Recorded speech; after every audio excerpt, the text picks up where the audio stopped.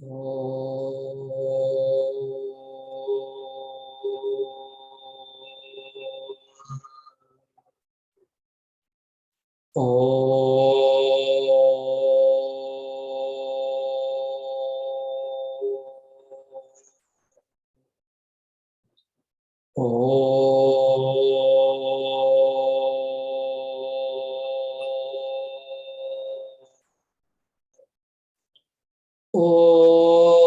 सहनाववतु सहनौ भुनक्तु सह वीर्यं करवावहै तेजस्विनावधीतमस्तु मा विद्विषावहै।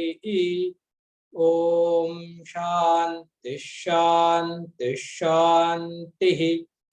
ओम वसुदेवसुतं देवं कंसचानूरमर्दनं देवकी परमानंदं कृष्णं वंदे जगद्गुरुं। समस्तजनकल्याणे निरतं करुणामयं नमामि चिन्मयं देवं सद्गुरुं ब्रह्मविद्वरम्। हरि ओम हरि ओम। गीता ज्ञान यज्ञం ప్రారంభం ముందు స్వామి వారిది ఒక భజన చేద్దాం. కృష్ణ పరమాత్మ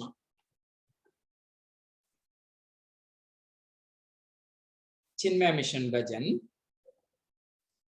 कृष्ण मुरारी जय कृष्ण मुरारी, कृष्ण मुरारी जय कृष्ण मुरारी। मुरलीधर पीतांबरधारी, मुरलीधर पीतांबरधारी, माई मीरा प्रभु गिरिधारी, माई मीरा प्रभु गिरिधारी, माई मीरा प्रभु गिरिधारी। कृष्ण मुरारी जय कृष्ण मुरारी, कृष्ण मुरारी जय कृष्ण मुरारी। बृंदावन गोवर्धन धारी, बृंदावन गोवर्धन धारी, सूरदास के हृदय विहारी, सूरदास के हृदय विहारी। कृष्ण मुरारी जय कृष्ण मुरारी, कृष्ण मुरारी जय कृष्ण मुरारी। श्री कृष्णचंद्र भगवान की जय।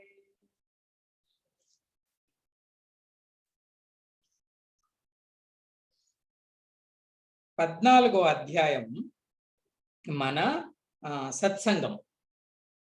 14వ అధ్యాయాన్ని రెండు భాగాలు చేసుకుంటాం.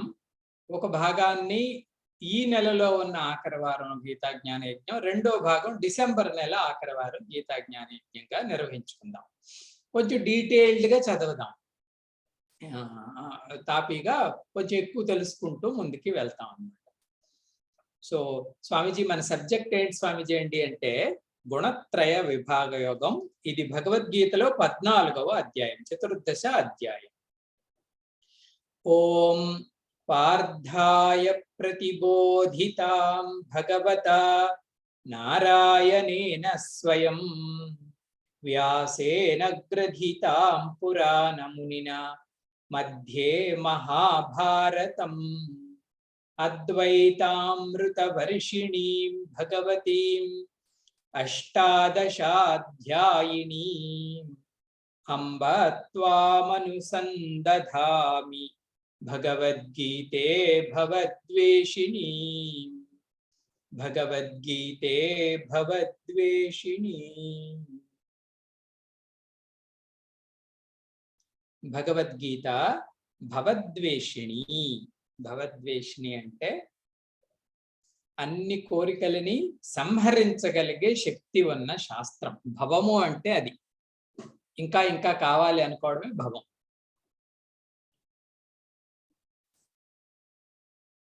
14వ అధ్యాయం గీతలో ఎక్కడ వస్తుంది స్వామి అని ప్రశ్నిస్తే వెరీ సింపుల్ ఆన్సర్.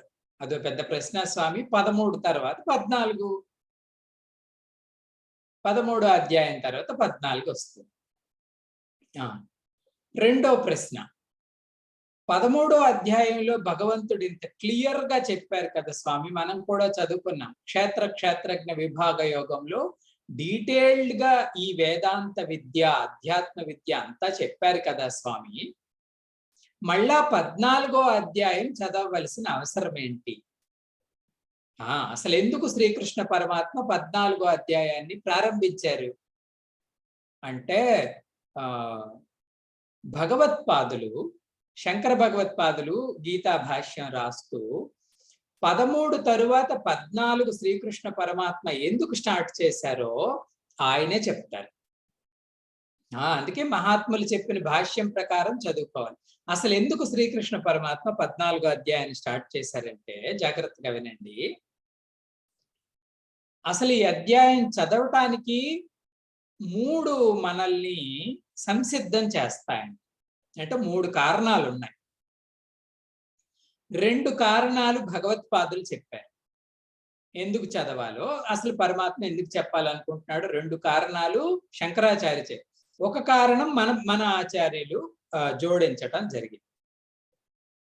ఈ 2 కారణాలు కూడా 2 బ్లాకులుగా చెప్తారు శంకర భగవత్పాదులు. అసలు మొదట కారణం ఎందుకండి ఈ అధ్యాయాన్ని పరమాత్మ స్టార్ట్ చేశారండి అంటే, ఆయన భాష్యంలో రాస్తారు, క్షేత్రజ్ఞ సంయోగాత్ సర్వం ఉత్పాద్యతే. లాస్ట్ చాప్టర్ లో భగవంతుడు ఈ మాట ఇలా అన్నాడు. ఏమని?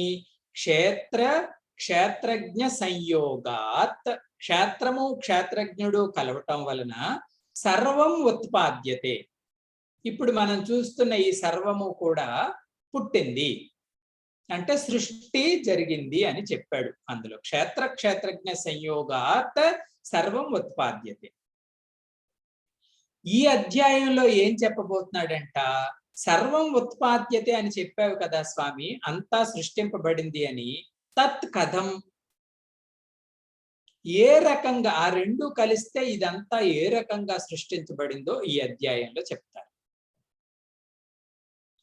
అందుకోసం పరమాత్మ ఈ టాపిక్ స్టార్ట్ చేశారు.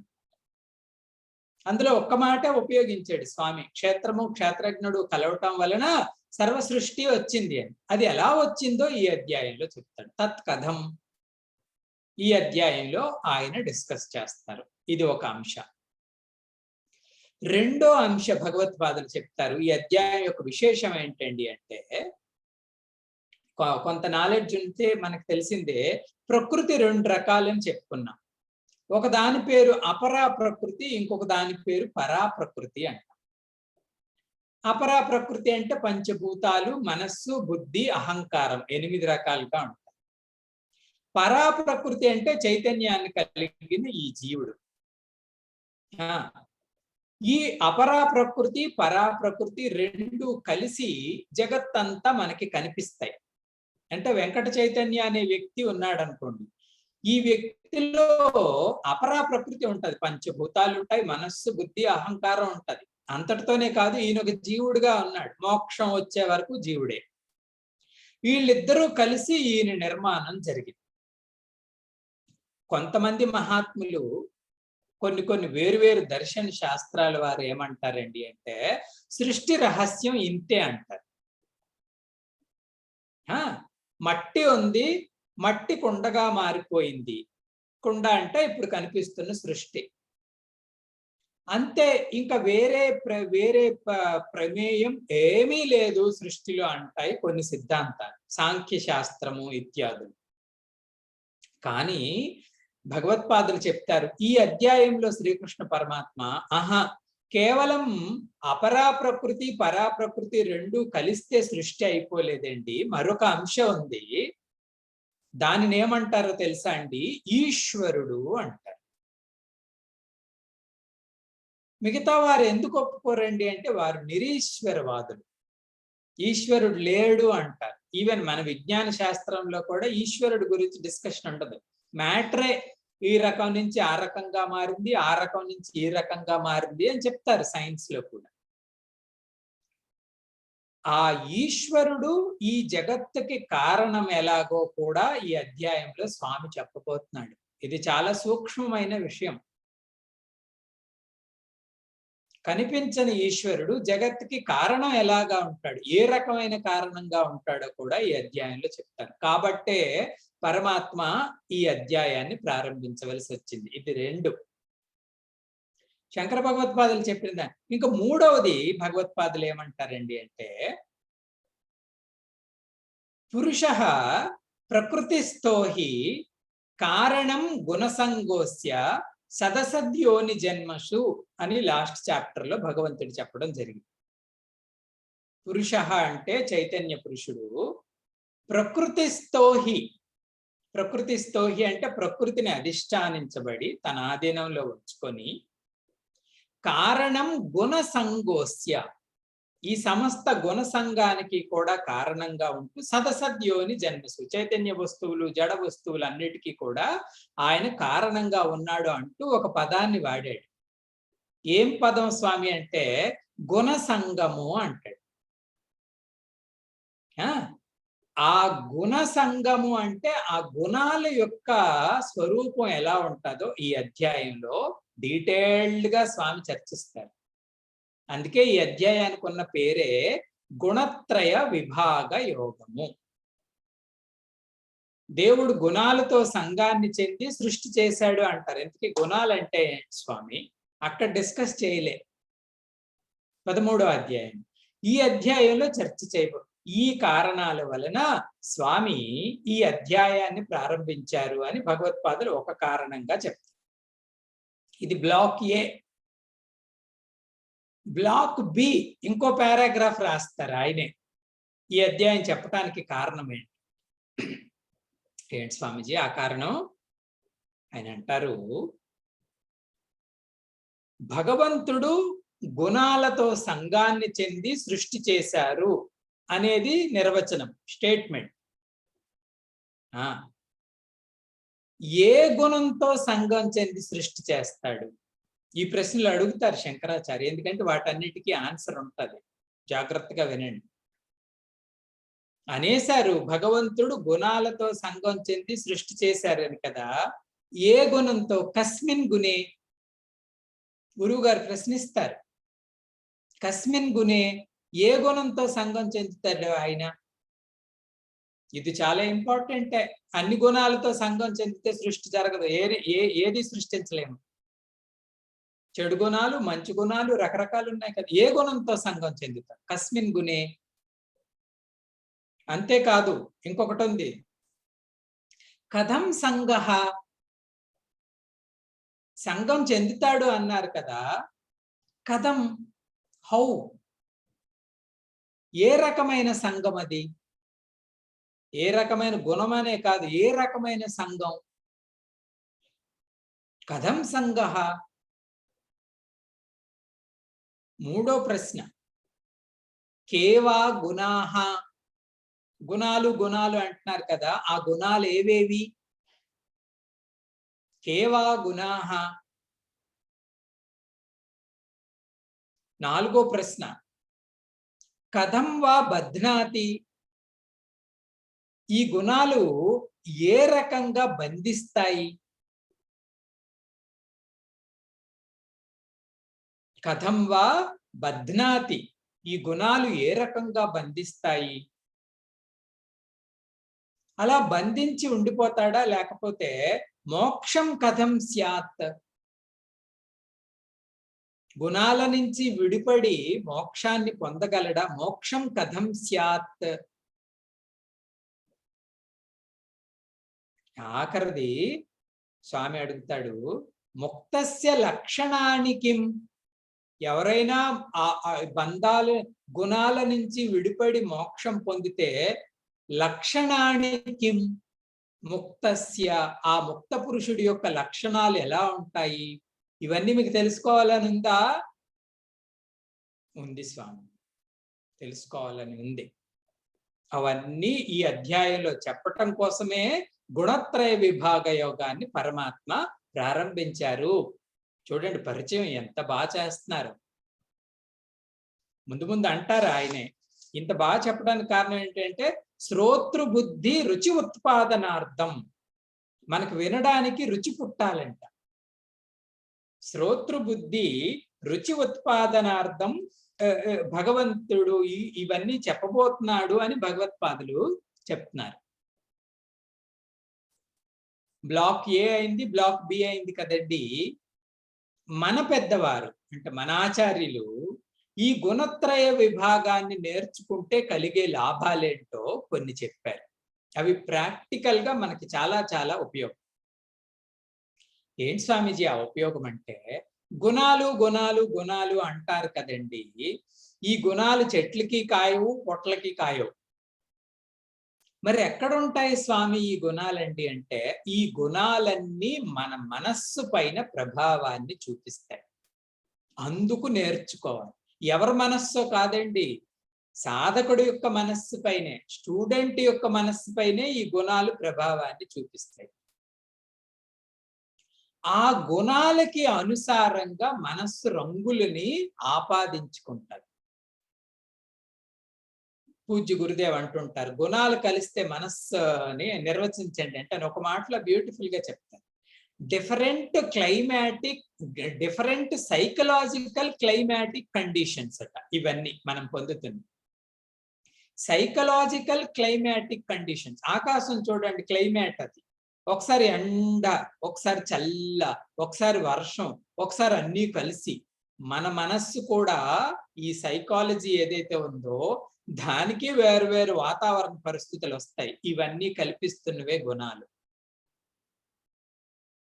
కాబట్టి ఈ గుణాలు ఎక్కడో దూరంగా లేవు. ఎందుకు చదువుకోవాలి స్వామి అంటే, every time, every minute they are affecting our mind. అందుకే చాలా మంది చిన్మయ మిషన్ లో సీనియర్ ఆచార్యులు వర్క్ షాపులు కండక్ట్ చేస్తారు. Mind the mind. ఎప్పుడు వాళ్ళేంటి వీళ్ళేంటి వీళ్ళేంటి అని కాదు, మన మైండ్ ఏంటో ఒకసారి చూడండి.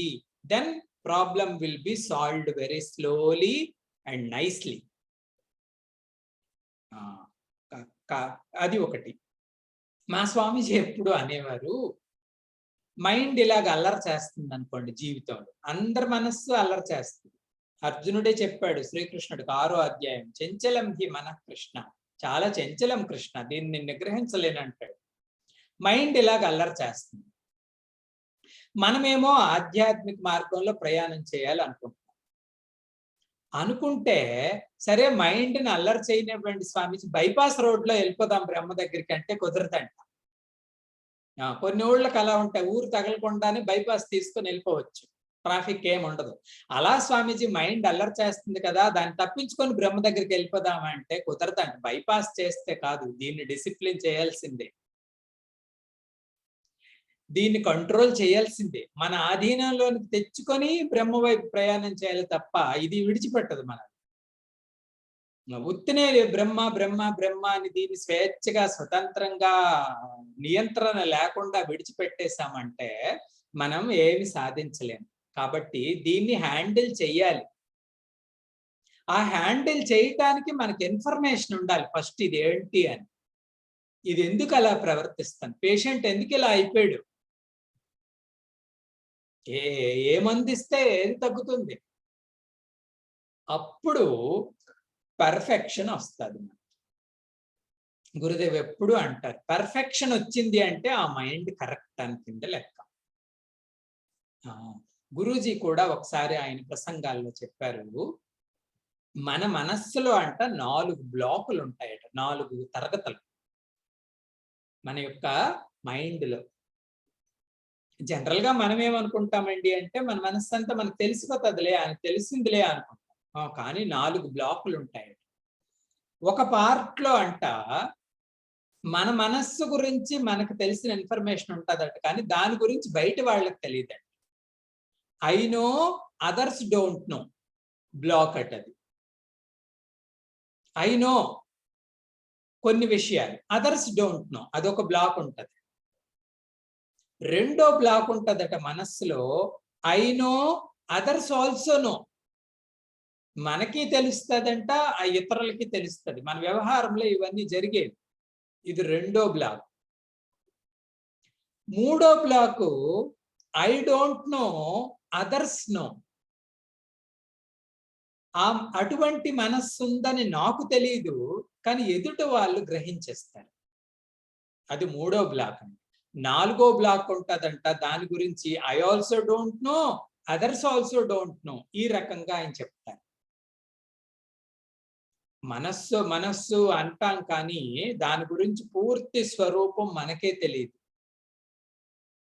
ఏ క్షణానికి ఏ రకంగా అయ్యో ఇలా అవుతుందని తెలిస్తే రాకపోదును స్వామీజీ అంటాం.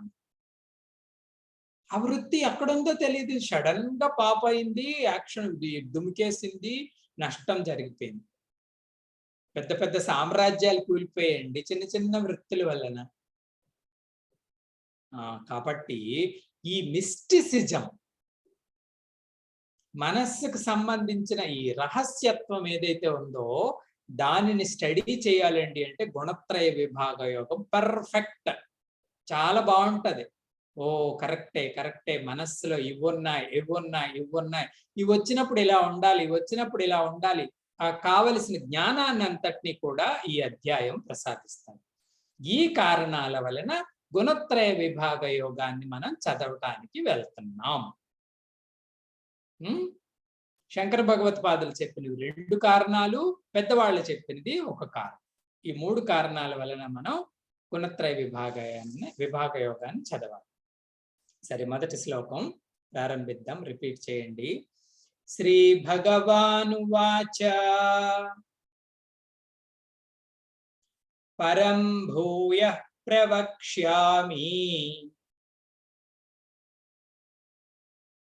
జ్ఞానానాం జ్ఞానముత్తమం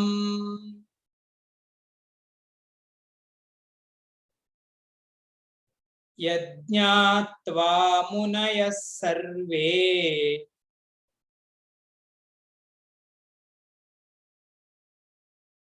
పరాం సిద్ధిమితో గతాః. శ్రీ భగవానువాచ పరం భూయః ప్రవక్ష్యామి జ్ఞానానాం జ్ఞానముత్తమం యజ్ఞాత్వా మునయః సర్వే పరాం సిద్ధిమితో గతాః. శ్రీ భగవానువాచ. స్వామి స్ట్రైట్ గా స్టార్ట్ చేస్తారు. అర్జునుడి ప్రశ్న ఏమీ లేదు, భగవంతుడే చెప్తున్నాడు. శ్లోకం చూస్తుండండి, ఏం చెప్తున్నారంట స్వామి? భూయః ప్రవక్ష్యామి. అర్జున, ప్రవక్ష్యామి. ప్రవక్ష్యామి అంటే ప్రకృష్టేన వక్ష్యామి. చాలా క్లియర్ గా స్పష్టంగా నీకు నేను చెప్పబోతున్నాను. ప్రకృష్టేన వక్ష్యామి చెప్పబోతున్నాను. భూయః, భూయః అంటే అగైన్, అగైన్ మరలా నీకు క్లియర్ గా స్పష్టంగా చెప్పబోతున్నాను. అంటే విద్యార్థులు ప్రశ్నించారంట, ఏం స్వామి ఇంత చెప్పారు కదా, మళ్ళా చెప్పాల్సిన అవసరం ఏంటండి అంటే అర్జునుడు అంటే కృష్ణుడికి ప్రీతి అంట. ప్రియమైన విద్యార్థులు వస్తే గురువులు కూర్చో, కాసేపు కూర్చో, వెళ్ళిపోతావేమి, కూర్చో, ఏదైనా డౌట్ ఉంటే అడుగు, చెప్తానంట. ఎందుకంటే వారి మీద ప్రీతి. కాసేపు మాట్లాడొచ్చు కదా, పిల్లోడు వచ్చాడు అని. రెండోది, అర్జునుడు కూడా ఎక్కడ బోరింగ్ చెందలే, ఎనర్జెటిక్ గా డైనమిక్ గానే ఉన్నాడు. శ్రోతలు కూడా ఇన్స్పైర్ చేయాలండి వక్తని. ఏముందులే స్వామి అక్కడ నీసాము, పని ఉంది స్వామి అంటే ఇంకా చెప్పరు. అందుకే ఈ గంట టైము అసలు ప్రపంచమే లేదు, అలా కూర్చో. అర్జునుడు అలా ఉన్నాడు. కాబట్టి స్వామి భూయః మరలా చెప్తాను అర్జున నీకు, ప్రవక్ష్యామి మరలా చెప్తాను అని. గురుదేవ్ అంటారు వేదాంతంలో అంట, repetition is the only method to study. బాగా జ్ఞాన ఉపాసన జరగాలి స్వామి, జ్ఞాన సముపార్జన జరగాలి స్వామి అంటే ఒకే ఒక్క పరిష్కారం ఏంటంటే రిపీటెడ్లీ చదువు. అయిపోయింది కదా అని వదిలేకు. ఈవెన్ ఈ అధ్యాయమే మళ్ళా జ్ఞానయజ్ఞం చేసుకున్నాం, మళ్ళా వినాలి, వినేసాం కదండి అనకూడదు. నిజానికి అన్ని వృత్తులని ఎవరూ వినలేరు. మీలో ఎవరు, మనలో ఎవరు వినలేము, వెళ్ళిపోతాయి కొన్ని గాల్లో. కాబట్టి repetition is the only solution in Vedanta. అందుకే వారు గీతా జ్ఞాన యజ్ఞాలు చేసినప్పుడు ఆఖరి రోజు అంతా అయిపోయి మళ్ళా నెంబర్ 1 శ్లోకం చదివించి వదిలేసేది. You study, go to home and study again. కొంతమంది వెళ్ళేవారంట, గురుదేవ్ ఈ పుస్తకం కొన్నాము హోలీ గీత, మీరు సైన్ చేయండి గురుదేవ్, మీరు సైన్ చేస్తే బాగా చదివేస్తాను నేను అంటే గురుదేవ్ ఏం రాసేవారంట, ఈ సైన్ చేయడానికి ముందు ఒక పారాగ్రాఫ్ రాసేవారు. Study 2 shlokas every day with commentary, finish in 1 year and start again అని రాసి సంతకం పెట్టేవారు. గీత అయిపోయింది అని ఎప్పుడు అనుకోకు. రిపిటేషన్, భూయః అంటే గురువులు మళ్ళా విషయం రిపీట్ చేస్తారంటే మనం వినాలి. భూయః ప్రవక్ష్యామి. ఏం చెప్తావు స్వామి? బాగా చెప్తాను, ప్రవక్ష్యామి అన్నావు కదా, what you are going to teach అంటే జ్ఞానానాం జ్ఞానముత్తమం, ఉత్తమ జ్ఞానాన్ని నీకు చెప్పబోతున్నాను. జ్ఞానం ఉత్తమం. ఎటువంటి జ్ఞానం అంట? జ్ఞానానాం జ్ఞానం. సమస్త జ్ఞానాలు ఎన్నో ఉన్నాయి, కానీ ఉత్తమ జ్ఞానాన్ని నీకు చెప్పబోతున్నాను అర్జున. ఉత్తమం, ఉత్తమ పురుషుడండి అంట. పురుషులు ఎంతో మంది ఉంటారు, కానీ పురుషులందు పుణ్యపురుషుడు వేరయ్యా అన్నట్టు అనేక జ్ఞానాల్లో ఈ జ్ఞానం ఉత్తమం. సంస్కృతంలో ఉత్తర ఉత్తమం అంటారు. ఉత్త అంటే బెస్ట్, గుడ్. ఉత్తర అంటే బెటర్, ఉత్తమ అంటే బెస్ట్ నాలెడ్జ్ నీకు నేను చెప్పబోతున్నాను. ఓహో, ఏంటి స్వామీజీ ఆ బెస్ట్ నాలెడ్జ్? పరం జ్ఞానం. పరం జ్ఞానం అంటే సుప్రీం నాలెడ్జ్. ఇది ఉపనిషత్తుల్లో కూడా ఈ అలంకారం వాడుతారండి జ్ఞానానికి, ఈ జ్ఞానానికి, బ్రహ్మ విద్యకి. మీ బ్రహ్మ విద్య ఏంటండి అంటే పరావిద్య. పరావిద్య అంటే ఒక అలౌకిక వస్తువుని చూపించబోతుంది. ఇంతాళ్ళు మన బుద్ధికి ఏం అలవాటు? ఈ ఫైటే అలవాటు. 2+3, 2x3 అది పెడితే ఇదే దానికి అలవాటు అయిపోయింది. ప్రపంచాన్ని ఆ రకంగానే తర్కించటం ఇది ఈ కోవకు చెందదయ్యా. పరావస్తువు, అలౌకిక వస్తువు గురించి చెప్పబోతుంది. ఆ వస్తువే పరావస్తువు కాబట్టి, ఆ వస్తువుకు సంబంధించిన జ్ఞానం కాబట్టి ఇది ఉత్తమం. వస్తువే పరావస్తువు, శ్రేష్ఠ వస్తువుకు సంబంధించిన జ్ఞానం కాబట్టి అర్జున, ఈ జ్ఞానం శ్రేష్టమైన జ్ఞానం. జ్ఞానానాం జ్ఞానముత్తమం అని స్వామి చెప్పడం జరిగింది. అంటే ఒక విద్యార్థి లెగిసి అన్నాడంట, ఎవరు వస్తువుని వాళ్ళు మార్కెట్ చేసుకుంటారులే స్వామిజీ, మీరు మీ జ్ఞానాన్ని మార్కెటింగ్ చేసుకుంటున్నారు అంటే ఆ పెద్దవాళ్ళు అన్నారు, ఎంత మాట అన్నారా, అలా కాదు, కొన్ని కారణాలు ఉన్నాయి. కాబట్టి శ్రీకృష్ణుడు మార్కెట్ చేయాల్సిన అవసరం ఉందా? సాక్షాత్తు భగవంతుడు మార్కెట్ చేయాల్సిన కారణాలు ఉన్నాయంటే ఏం కారణాలు చెప్పండి? ఏ రకంగా మీ జ్ఞానం బెస్ట్ జ్ఞానం అంటే కొన్ని కారణాలు ఉన్నాయి.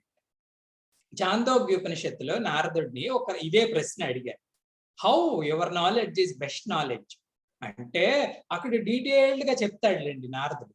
నారదుడు అన్నాడంట, విద్యలు 16 ఉన్నాయట. విద్యలు 16 ఉన్నాయట. కళలు 64 ఉన్నాయట. వేదాంగాలు ఉన్నాయంట. ఇదంతా సైన్స్, డిఫరెంట్ సైన్సెస్ అని చెప్తూ సృష్టిలో ఉన్నది ఇంతే. 16 విద్యలు, 64 కళలు, వేదాంగాలు, వేదము వేదాంగం, ఈ మొత్తం కలిపి ఇంతే చదువు అని చెప్పి వాటి అన్నింటి యొక్క లిమిటేషన్స్ నారదుడు చెప్తాడు. ఇది ఎందుకు ఉత్తమమైందో మేము అనేసామంటే కాదు కదా, దానికి ఆన్సర్ ఎందుకు ఉత్తమమైందంట. ఒక కారణం, ఆ విద్యలు కళలు అవన్నీ కూడా కేవలం భుక్త్యార్థము అంటాడు నారదుడు. సర్వైవల్ కోసమే, భుక్తిని ప్రసాదిస్తాయి. అది ఎక్కువ అవ్వచ్చు, తక్కువ అవ్వచ్చు. నతు ముక్త్యార్థం, అవి ముక్తిని ప్రసాదించలేవు. ఈ విద్యలన్నీ అంతే, డబ్బు వస్తే చాలు మనకి, పేరు ప్రఖ్యాతులు వస్తే చాలు మనకి, దాని ద్వారా ఇంకేదో పరాస్థితికి చేరుతామనేది ఏ విద్యలోనూ లేదు. గురూజీ ఒక జోక్ చెప్తారు. ఒక లాయర్ గారు ఉన్నారంట, ఒకసారి చెప్పుకున్నాం. లాయర్ గారు ఉన్నారంట, లాయర్ గారి బాత్రూమ్ లో నీరు సరిగా రావట్లేదని ప్లంబర్ ని పిలిచారు. ప్లంబర్ వచ్చాడంట. సార్ ఒక గంట పని ఉంటుందండి అన్నాడు. ఎంత భాగ్యం చేయరా అని. ఆయన చక్కగా ఏవేవో ఎప్పటమో ముడిపెట్టడమో ఏదో చేసేసాడు. గంట జాబ్ అయిపోయింది, వాటర్ పర్ఫెక్ట్ గా వస్తుంది. ఎంత నీ బిల్లు అని అడిగారంట లాయర్. ఈ ప్లంబర్ $200 సార్ అన్నాడంట ప్లంబర్. లాయర్ గారు ఆశ్చర్యానికి గురి, రోజంతా పని చేస్తే నాకు $200 రావురా అబ్బాయి, గంట పని చేస్తే నువ్వు $200 ఛార్జ్ చేస్తావా, నేను లాయర్ని అని అన్నాడు. అంటే ప్లంబర్ అన్నాడంట, నాకు తెలుసు సార్, అందుకే నేను లాయర్ ప్రొఫెషన్ విడిచిపెట్టి ప్లంబర్ ప్రొఫెషన్ స్టార్ట్ చేశానండి అన్నాడు. అంటే అర్థం ఏంటండి అంటే, ఈ వృత్తులు విద్యలు భుక్తి అర్థమే. అంత డబ్బు వస్తే లాయర్ గారు కూడా రెడీయే. ఎందుకు రోజంతా కష్టపడి $50 సంపాదించడం, నీలాగా కష్టపడి గంటకు $200, that is the best money. Holiness ఏమీ లేదుగా. ఇది ఒకటి ప్రాపంచికమైన విద్యలు ఉంచిన లిమిటేషన్. లౌకికంగానే ఇది కాకపోతే అది, అది కాకపోతే ఇది ఇస్తాయి, కానీ అలౌకికంగా ఏమీ ఇవ్వలేదు. రెండవది, లోకంలో మన పరిస్థితి ఎలా ఉంటదంటే, వస్తు సమాజంతో ఆయన మాట వాడతారు పెద్ద ఆయన. ఎలా ఉంటదట స్వామి అంటే, ఎప్పుడు కూడా +1 అని పెట్టుకుంటామట మనసులో. +1 అంటే are you happy with this, అదొక్కటి అయిపోతే స్వామిజీ అయిపోయినట్టే స్వామిజీ. అదైతే కామ్గా ఉంటావా అంటే మళ్ళా +1 వచ్చి చేరుతుంది. దాని పేరే భవరోగం. యాక్చువల్గా మనం +1 కావాలి అనుకుంటున్నామంటే దానికి కారణం ఏంటో తెలుసా అండి? మనం -1లో నిత్యము ఉంటున్నాం. ఏదో లేదు, అందుకే ఈ తాపత్రయం బయట. ఆ లేనిదేదో కాదు, ఆ లేనిది మన యొక్క స్వరూప జ్ఞానం. యాక్చువల్లీ -1లో ఉండపట్టే మనము ఈ +1 అనే రోగం మనకి పట్టుకుంది. ఇంకేదో వస్తే తృప్తిగా ఉంటాను, ఇంకేదో అయితే తృప్తిగా ఉంటాను అంటా తప్పించి నా స్వరూపమే తృప్తి అని తెలుసుకోలే. అవి మిగతా విద్యలు ఇవ్వవు. అవి ఎప్పుడు బయటికే లాగుతాయి, మనం అంతర్ముఖతని కల్పించు. మరొక కారణం, మన బ్రహ్మ విద్య గ్లోరీ గురించి చెప్తారు. లక్ష్మణ గీతలో మనం చదువుకున్నాం, సదనంలో ఒకసారి అయింది. తులసి రామాయణంలో లక్ష్మణుడు ఒకసారి రాముణ్ణి సంప్రదిస్తాడు. సంప్రదించి, అన్నా నాకు జ్ఞానాన్ని ప్రసాదించు అంటాడు. ఏ జ్ఞానం? బాణాలు ఎలా వదలాలో చెప్పాలా, శత్రువుని ఎలా సంహరించాలో చెప్పాలా అంటే అవన్నీ నాకు వచ్చన్నా, అవి కాదు. మరేం కావాలంటే శోకమోహ భ్రమ జాయి. దేన్ని తెలుసుకుంటే భ్రమ, మోహం, శోకం పోతాయో అది కావాలి. ఇక్కడ అర్జునుడి కేసు కూడా అంతే. అర్జునుడికి మొదట మోహం వచ్చింది. మోహం అంటే కరెక్ట్ గా జడ్జి చేయలేకపోయాడు. ఈ మోహం భ్రమకి గురి చేసింది. రాంగ్ జడ్జిమెంట్కి వచ్చేసాడు. సన్యాసం తీసుకుంటాను, ఆయన కర్తవ్యం అయితే అది కాదు. ఇంకో శోకం, కూలిపోయింది వ్యక్తిత్వం మొత్తం. Hero of the country, zero in the field. అక్కడ బలాన్ని ఇచ్చేది కావాలి. శోకమోహ భ్రమణల్ని పారద్రోలే జ్ఞానం నాకు కాదు. ఇవన్నీ ఈ జ్ఞానమే ప్రసాదించగలరు చెబుతూ శ్రీకృష్ణ పరమాత్మ, ఏంటి పాపం మా పిల్లలు ఈ జ్ఞానాన్ని గ్లోరిఫై చేస్తే మీకు నచ్చట్లేదా? నేను చెప్తాను ఈ జ్ఞానం గొప్పతనం అని 2వ లైన్లో రాస్తున్నారు. యజ్ఞాత్వా మునయః సర్వే పరాం సిద్ధిం ఇతో గతాః.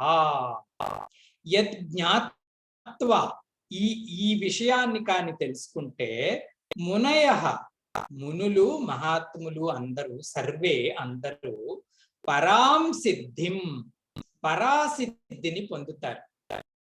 ఎక్కడ పొందుతారు? ఇతోగతాః. ఇతోగతాః అంటే ఎక్కడి నుంచి వెళ్ళిన తరువాత.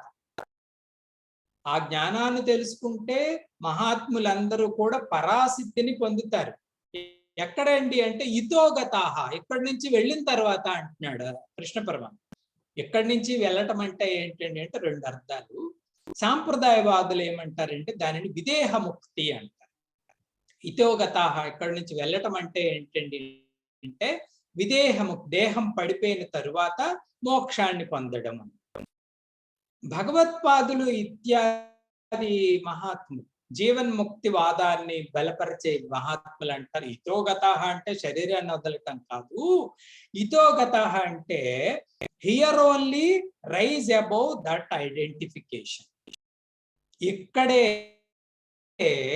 పాత ఐడెంటిఫికేషన్ ఉంది కదండి, నేను జీవుడు, శరీర, మనస్సు, బుద్ధి, దాని నుంచి మనల్ని మనం పైన నిలుపుకోవడం, దాని పేరే జీవన ముక్తి. దానిని పొందుతారు. ఏమనుకున్నారు ఈ జ్ఞానం యొక్క మహాత్మ్యం? యజ్ఞాత్వా మునయః సర్వే పరాం సిద్ధిం ఇతోగతాః. ఈ రకంగా చెప్తారు పెద్దవాళ్ళు. చెప్తారు ఏ టెక్స్ట్ అయినా చదువుకోవడానికి మనం వెళ్తునేటప్పుడు, లేదంటే నేను రాయాలనుకుంటున్నాను అనుకోండి, మీలోనే ఎవరైనా ఒక మంచి కవి ఉన్నాడు అనుకోండి, మనల్ని ఎవరైనా రాయమన్నారు అనుకోండి, రాస్తాం స్వామి అంటే ఒక పేజీ రాయటానికి మనకు 3 వారాలు పడుతుంది. సొంతగా మీరు మీ బ్రెయిన్ ని ఉపయోగించి ఈ టాపిక్ మీద మంచి కవిత్వం రాయండి అంటే, అదే కవి అనుకోండి, రాయటం ఏంటి స్వామి అలా నిలబడి నేను చెప్పేస్తానండి. దానికి కారణం ఏంటండి అంటే ఆయనకి ఆలోచించటం వచ్చు, మనకి ఆలోచించటం రాదు. ముఖ్యంగా ఈ జ్ఞాన సముపార్జనలో ఆలోచించడం రాకపోతే ముందుకెలా వెళ్తుందండి బండి? దీని పేరే జ్ఞాన మార్గం. ఈ ఆలోచించటం ఎలా నేర్చుకోవటానికి అంటే ఈ టెక్స్ట్ లో ఎలాగ భగవంతుడు తీసుకెళ్తాడో చెప్పటానికి ఒక పదం అయితే సాంప్రదాయ పదం, దానిని అనుబంధ చతుష్టయము అంటారు. అనుబంధ చతుష్టయం అంటే ఈ టెక్స్ట్ లో 4 విషయాల్ని నేను కవర్ చేయబోతున్నాను అని శ్రీకృష్ణ పరమాత్మ ఈ శ్లోకంలోనే చెప్పారు. మనం చదువుతూ ఉంటే ఈ 4 తగులుతూ ఉంటాయి. దీన్ని అనుబంధ చతుష్టయం అంటారు. కొన్ని సత్సంగాల్లో చెప్పాను. అనుబంధ చతుష్టయం అంటే ఈ టెక్స్ట్ కవర్ చేయబోయే 4 అంశాలు. వాటికి పేర్లు ఏం చెప్తారంటే, ఒకటి ఈ 4 మొదటిది అధికారి ఎవరు? ఈ టెక్స్ట్ చదవటానికి క్వాలిఫైడ్ స్టూడెంట్ హూ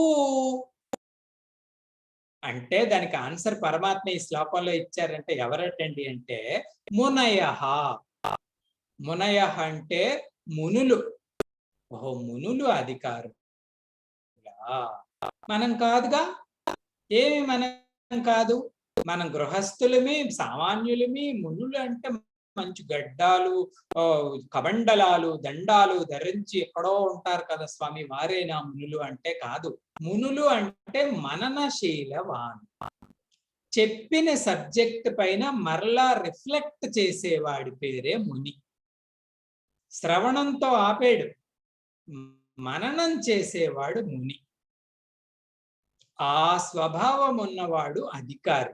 ఈ టెక్స్ట్ చదవటానికి డెఫినెట్ గా మళ్ళా ఆలోచించాలి. ఇది కథ కాదుగా, వినేసాం అర్థమైపోయిందని చెప్పటానికి మననశీలవా. గురూజీ ఎప్పుడు అంటారు, మనం శ్రవణం అయితే ఆధ్యాత్మికత చేస్తాం, కానీ మననం ప్రపంచం గురించి చేసుకుంటాం. అంటే చూడండి, ఒక టెస్ట్ మీరే పెట్టుకోవాలి, మనమే పెట్టుకోవాలి. మనం ఒక్కరిని రోడ్డు మీద నడిచి వెళ్తాం అనుకోండి, ఏదో పని మీద, మన మనస్సు దేని గురించి ఆలోచించుకుంటుందో అలాగ అబ్జర్వ్ చేయండి. ప్రపంచం గురించా పరమాత్మ గురించి? అదే దాని పేరే మనం. అనాయాసంగా మనస్సు తనంతట తాను ఆలోచించుకునే ప్రక్రియ. ఎప్పుడు ఆలోచిస్తుంది, ఆలోచించదు స్వామీజీ అని అయితే అనలేం. చచ్చిపోయిన వరకు ఆలోచిస్తుంది, కానీ దేని గురించి ఆలోచిస్తుంది? ఫ్రీగా వదిలినప్పుడు. పరమాత్మ గురించి ఆలోచిస్తే ఆయన ముని, ఆమె ముని, ఆయన అధికారి. ఓహో, మరి రెండోది ఏంటి స్వామి? అనుబంధ చతుష్టయంలో మొదటిది అధికారి అన్నారు, రెండోది ఏంటి స్వామి అంటే విషయం. ఏ సబ్జెక్ట్ ఈ టెస్ట్ చెప్తుంది? అది భగవంతుడు చెప్పాడు. ఏ సబ్జెక్ట్ గురించి చెప్తుంది? భౌతిక శాస్త్రమా, రసాయనిక శాస్త్రమా, గణిత శాస్త్రమా? మీ గుణత్రయ విభాగ యోగంలో సబ్జెక్ట్ ఏంటండి అంటే పరం జ్ఞానం. ఆ పరావస్తువుకి సంబంధించిన జ్ఞానం ఉంటది గీతలో. కాబట్టి గీతా క్లాస్కి వచ్చి ఏంటి స్వామీజీ ఏవేవో తెలియని మాటలు మాట్లాడుతున్నారు, పైథాగరస్ సిద్ధాంతం గురించి చెప్పటం లేదు, ఇంగ్లీష్ గ్రామర్ గురించి చెప్పటం లేదు అంటే ఇక్కడ అది సబ్జెక్ట్ కాదు. ఇక్కడ సబ్జెక్ట్ విషయం బ్రహ్మ, పరం జ్ఞానం సబ్జెక్ట్. ఆ అధికారికి ఇది మ్యాచ్ అండి. ఈ నాలుగుని అనుబంధ చతుష్టయం ఎందుకంటారండి అంటే ఈ నాలుగు కలిసి వెళ్తాయి. ఆ అధికారికి, ఆ మననశీలం కలిగిన మునికి ఈ బ్రహ్మ విద్య కనెక్ట్. నేను ఐఏఎస్ చదువుతాను గీత అంటే లేదు, వాళ్ళకు పేపర్ ఉంటే అది వేరే విషయం. కానీ మూడవది అధికారి విషయం అయింది కదండి. మూడోది ఇది చదివితే నాకు వచ్చే ఫలం ఏంటి? ఫలం అంటారు దీన్ని, రిజల్ట్. ఇది చదివితే వచ్చే ఫలం అంట పరాం సిద్ధిం. పరాం సిద్ధి అంటే ఫైనల్ గోల్. ఆ పరావస్తువు ఏదైతే ఉందో అది సిద్ధిస్తారు. పరాం సిద్ధిం. మూడయ్యే కదండి. నాలుగవది ఏంటండి? దాని పేరు ఏంటండి? సంబంధం. సంబంధం అంటే మీరు వస్తాదన్న రిజల్ట్ కి ఈ పుస్తకంలో ఉన్న జ్ఞానానికి సంబంధం ఏంటండి అంటే ఈ జ్ఞానం ద్వారానే మోక్షం కలుగుతుంది. అది సంబంధం. అంటే ఈ రెండింటిని విడదీయలేము. జ్ఞానం లేని మోక్షం, మోక్షం లేని జ్ఞానం అంటూ ఉండవు. జ్ఞానం సంపాదించటమే మోక్షం పొందటం. అది ఈ సబ్జెక్ట్కి సంబంధించి ప్రత్యేకత. ఉదాహరణకి ఫిజిక్స్ చదివితే నేను ఫిజిక్స్ అవ్వను, కెమిస్ట్రీ చదివితే నేను కెమిస్ట్రీ అవ్వను. కానీ ఆధ్యాత్మిక శాస్త్రం బ్రహ్మ గురించి చదివితే నేను బ్రహ్మ అవుతాను. ఈ రకంగా ఈ నాలుగింటిని ఇందులో స్వామి చెప్పారు. అధికారి, విషయం, ప్రయోజనం, సంబంధం. జ్ఞానం సంబంధం. ఆ జ్ఞానమే మోక్షాన్ని కలిగిస్తుంది. చెప్తాను, జ్ఞానానాం జ్ఞానముత్తమం. ఆ జ్ఞానమే సంబంధం. ఈ రకంగా భగవంతుడు అన్ని సాంప్రదాయాల్ని పాటించి ముందుకు తీసుకెళ్తున్నారని చెబుతూ లాస్ట్ లో పెద్దవాళ్ళు అన్నారు, స్వామి ఈ సబ్జెక్ట్ చదివితే ఫలం పరాసిద్ధిని పొందుతాము అన్నారు కదా, అంటే సిద్ధి అన్నారు కదా, మాకు కొంచెం ఆశగా ఉంది స్వామి. ఏమయ్యా అంటే మాకు భలే ఇంట్రెస్ట్ స్వామి సిద్ధులు అంటే. ఇది ఏ రకమైన సిద్ధి? ఇలా అని గాల్లో నుంచి పండు ఫలం తీసేయగలమా? ఇలా కళ్ళు మూసుకొని అమెరికాలో నేను తేలిపోగలనా? అలాంటి సిద్ధులు ఏమైనా వస్తాయా అంటే అసలు సిద్ధులంట కొన్ని రకాలు ఉన్నాయండి. సిద్ధులు అంటే అకాంప్లిష్మెంట్, దాన్ని పొందడాన్నే సిద్ధి అంటారు. ఎన్ని రకాలు ఉన్నాయి స్వామి అంటే మొదటిది కర్మ సిద్ధి అంటారు. పెద్దవాళ్ళు చెప్పిన పద్ధతి. కర్మ సిద్ధి అంటే పని చేసి దానిని సంపాదించటం. ఇది కూడా పెద్ద వరమండోయ్. కర్మ చేసి సంపాదించేస్తాను అంటాం, కానీ ఎంతమంది ఫెయిల్ అయిపోతున్నారు? సిద్ధి అంటే వాడు సంపాదించాడండి, కష్టపడి చదివాడు, మంచి ఉద్యోగం వచ్చింది. కష్టపడి చదువుతూనే ఉన్నాడు, ఉద్యోగం రాలే అంటే కర్మసిద్ధి అవలే. బాగా ఆడాడు, పథకం వచ్చింది, మెడల్ వచ్చింది, కర్మసిద్ధి జరిగింది. వాటన్నిటినీ కూడా కర్మసిద్ధులు అంటారు. ఈవెన్ స్వర్గాది లోకాలకి కూడా వెళ్ళొచ్చు కర్మ ద్వారా. రెండో సిద్ధి ఉంది, దాని పేరు కళాసిద్ధి అంటారు. కళాసిద్ధి అంటే ఒక ప్రత్యేకమైన రంగంలో పర్ఫెక్షన్ ని సాధించటం. ఇది కూడా అందరికీ రాదు.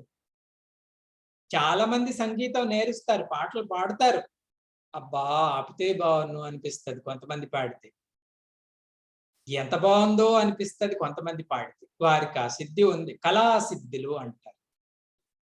మా స్వామీజీ ఎప్పుడు ఎగ్జాంపుల్ ఇచ్చేవారు. ఒక పిల్లోడు గాంధీ బొమ్మ గీస్తానని చాక్ పీస్ పట్టుకొని బోర్డు మీదకి వెళ్ళాడు, కళ బయటకు వచ్చాడంట. అదేంట్రా అంటే గాంధీ అంటాడు వాడు. మనం చూస్తే గాంధీ లాగా కనిపించట్లేదు అది,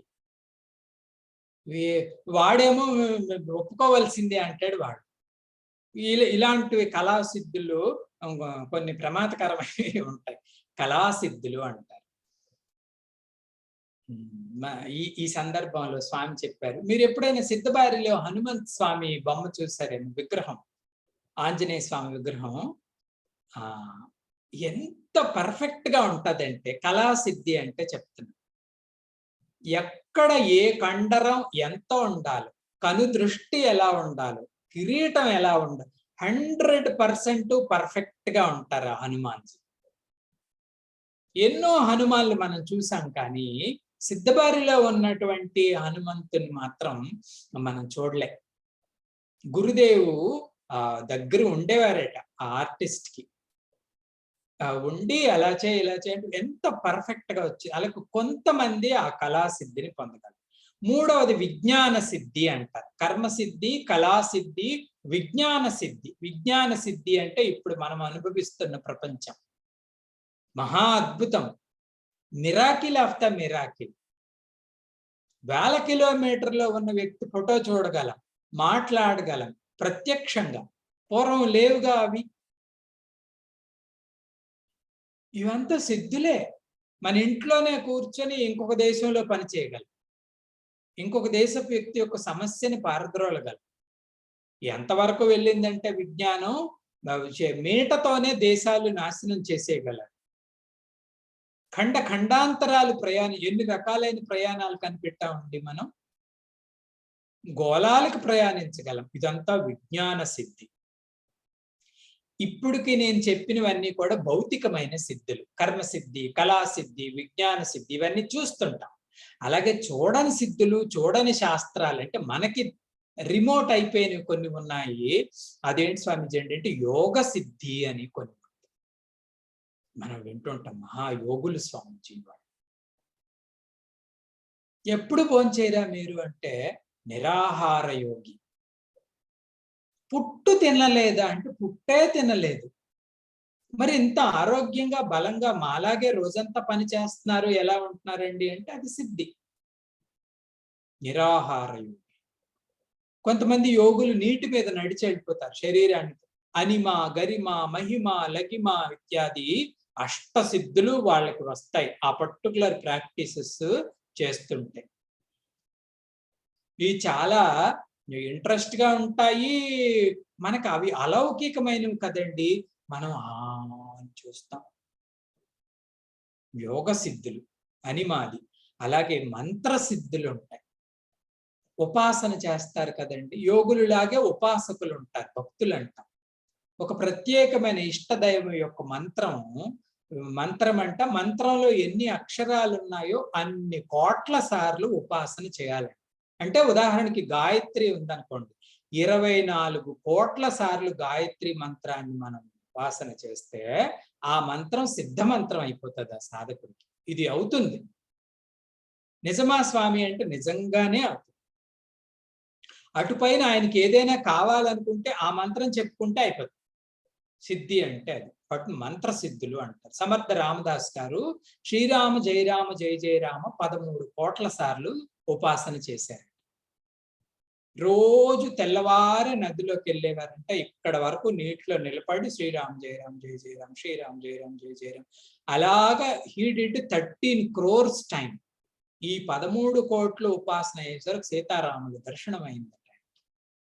దర్శనం అయ్యి ఏం కావాలి అబ్బాయి, నీకేది కావాలంటే అది ఇస్తామంట. ఆయన ఏమన్నాడంట, ఈ మంత్రం ఎవరు తరువాత తరాల వారు ఉపాసన చేసినా వారికి అనుగ్రహించు స్వామి అని అడిగాడంట. తదాస్తు అన్నాడు. ఆ వరం కోరుకున్నాడట ఆయన. మంత్రసిద్ధి అంటే. అలాగే తంత్రసిద్ధులు అని అంటే అదొక తంత్రం, మనల్ని బంధించిస్తారు వాడు, అది శాస్త్రమే. ఇంకొకటి ఉందండి, దాని పేరు మనోసిద్ధి అంటారు. మనోసిద్ధి అంటే మనస్సుని వారు పూర్తిగా నిగ్రహించారు. అందరి మనస్సుల్లో ఏముందో కూడా వాళ్ళకి తెలిసిపోతుంది. వారికి గులాబ్ జామ్ కావాలనిపించింది అనుకోండి, ఎక్కడి నుంచి అంటారు, ఏదో ఒక పేరు, ఏదో లక్ష్మీ అమ్మగారు గులాబ్ జామ్ పట్టుకురండి అంటే గంటలో ప్రిపేర్ చేసి పట్టుకొచ్చేస్తున్నాను. మనోసిద్ధి అంటారు. అఖండానంద మహారాజ్ గారు ఒక కథ చెప్పేవారు. ఉడియా బాబా అని ఆయన గురుతులు. ఆయన చాలా చాలా మహాత్ముడు, గొప్ప మహాత్ముడు, ఒరిస్సాలో ఉండేవారు. ఈ ఉడియా బాబా అనేక శాస్త్రాలు చదివారు.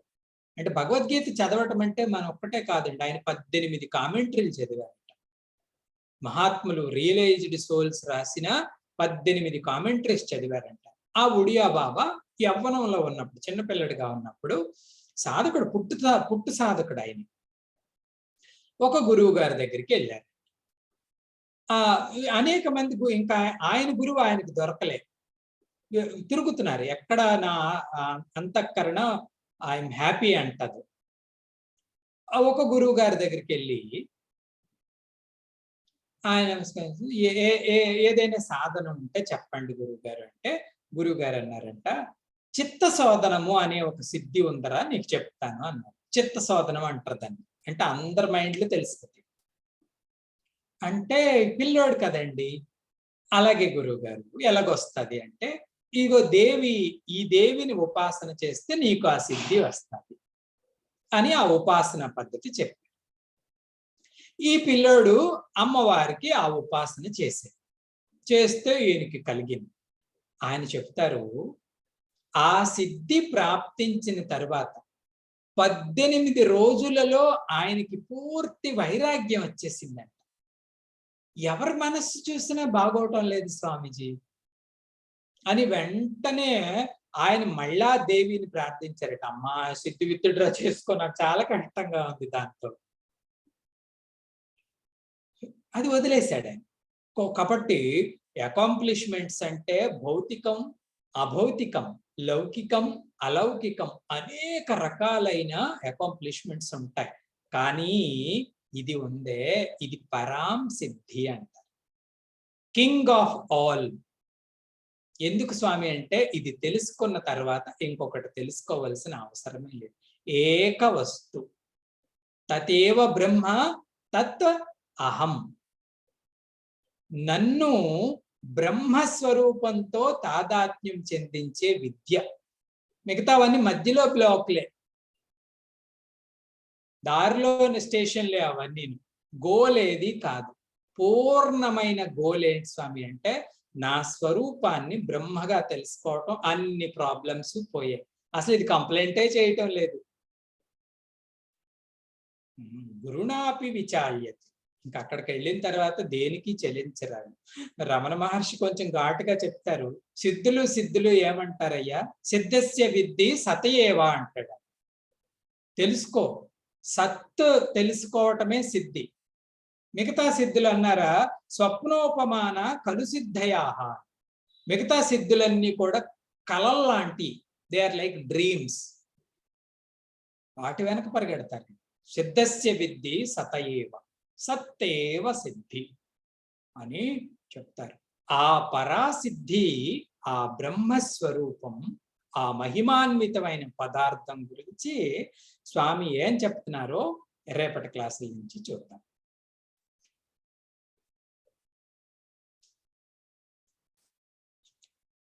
ఒక్క కృష్ణ భజన చేద్దాం.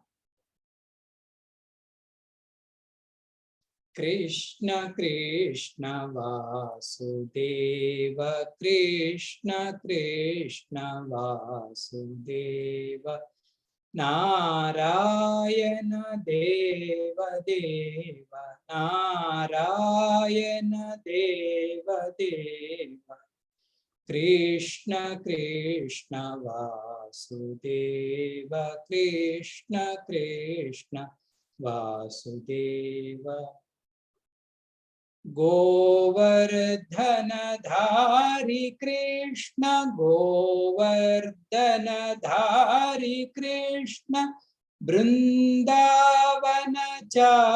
कृष्ण बृंदावनचारी कृष्ण वंशीधर कृष्ण चंद्र वंशीधर कृष्ण चंद्र राधावर बालकृष्ण राधावर बालकृष्ण कृष्ण कृष्ण वासुदेव कृष्ण कृष्ण वासुदेव कृष्ण कृष्ण वासुदेव। ओम पूर्णमदः पूर्णमिदं पूर्णात् पूर्णमुदच्यते पूर्णस्य पूर्णमादाय पूर्णमेवावशिष्यते। ओम शांति शांति शांति। हरि ओम श्री गुरुभ्यो